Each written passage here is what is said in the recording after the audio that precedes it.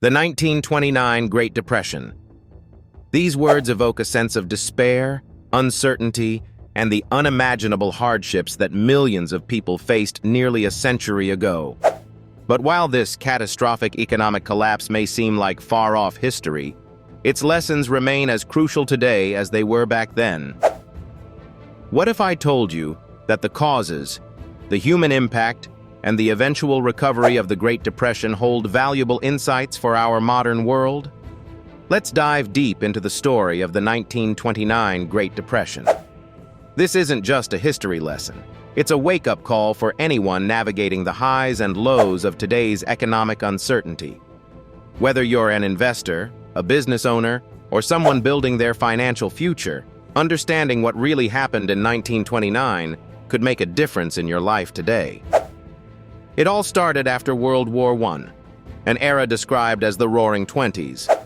The economy was booming, assembly lines were transforming industries, and for the first time, regular people had access to credit like never before. The stock market surged, and optimism spread like wildfire. But there was an underlying problem: reckless speculation. Investors were borrowing money to buy stocks, assuming prices would keep climbing forever. This is called buying on margin. If you think that sounds risky, you're absolutely right. By summer 1929, stock prices were grossly inflated, but optimism blinded many from seeing the cracks forming beneath. Banks, employers, and even policymakers were caught up in the hype. And then, it all fell apart. October 24th, 1929, also known as Black Thursday, will forever be etched in economic history.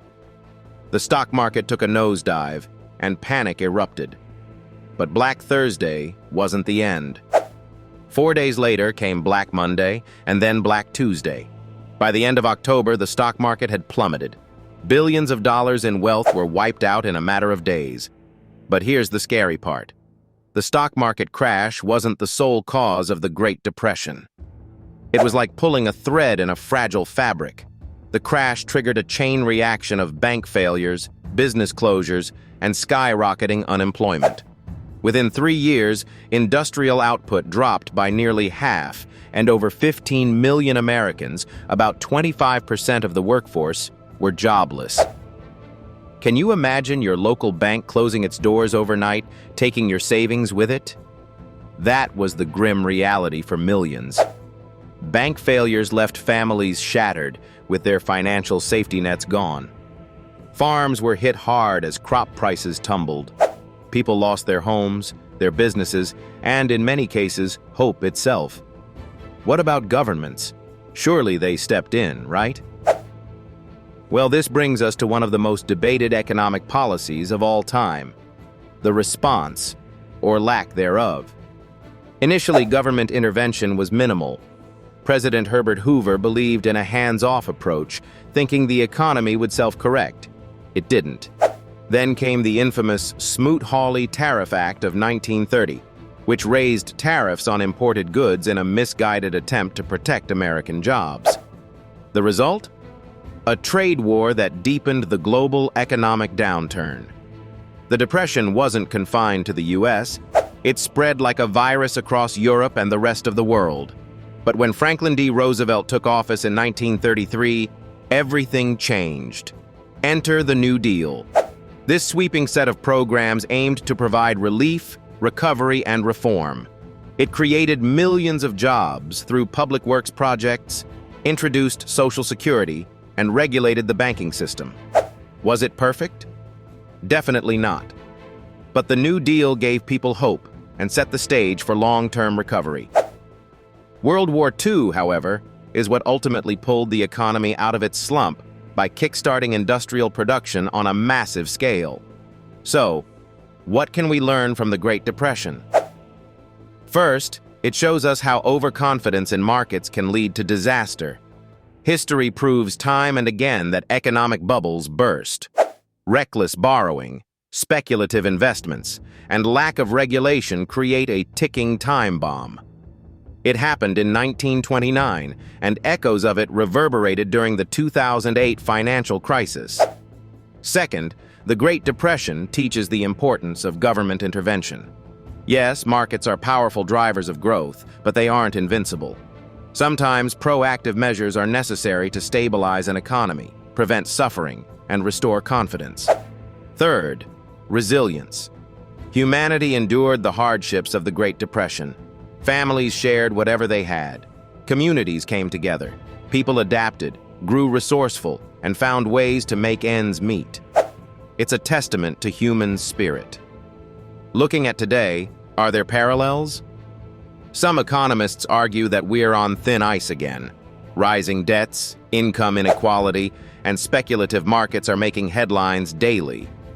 While technology and policy have evolved, the fundamentals of human behavior remain the same. Greed, fear, and ambition still rule our decisions. But here's the silver lining. Knowing our history means we don't have to repeat it. By learning from the mistakes made during the Great Depression, we can navigate future crises more wisely. So, what action can you take today? First, educate yourself.